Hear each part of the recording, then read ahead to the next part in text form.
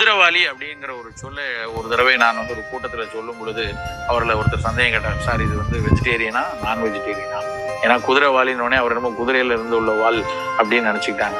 அப்படி அந்த அளவுக்கு அறிமுகமே இல்லாமல் கொஞ்ச நாளைக்கு முன்னாடி வரைக்கும் குதிரைவாளினா என்னன்னே தெரியாமல் போயிடுச்சு. ஆனால் குதிரவாளி அந்த தானியம் வந்து அவ்வளவு சிறப்பான, நம்ம சோறாக பயன்படுத்தக்கூடிய தானியங்களில் மிகச்சிறப்பான ஒன்று. இப்போ வெள்ளைச்சோறு எடுத்தோம்னா அது நல்ல வெள்ளையா பொலன்னு இருக்கிறத தாண்டி அதில் ஒன்றுமே கிடையாது, வெறும் குளுக்கோஸ் கர்னல் தான் இருக்குது.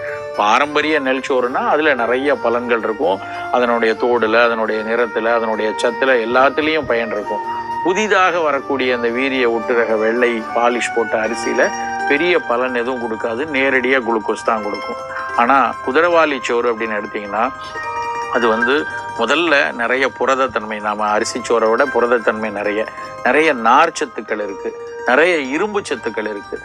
பெனியாட் மில்லட் அப்படின்னு சொல்லக்கூடிய இந்த குதிரவாளியை வந்து இன்றைக்கு பல்வேறு வெளிநாட்டு நிறுவனங்கள்லாம் போய் அதை மொத்தமாக வாங்கி தன்னுடைய உணவு தயாரிப்புகளுக்கு பயன்படுத்துறதை நான் இன்னைக்கு கேள்விப்பட்டுட்டு வரோம்.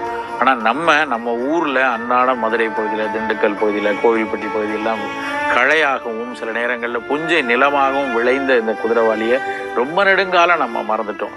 அதனால் நம்ம வந்து இன்றைக்கு நம்ம செய்ய வேண்டியது, நம்ம வெள்ளைச்சோறுக்கு பதிலாக அந்த குதிரவாளி சோறை வந்து மோர்ச்சோறுக்கெல்லாம் மிக சுவை உள்ளதாக இருக்கும்.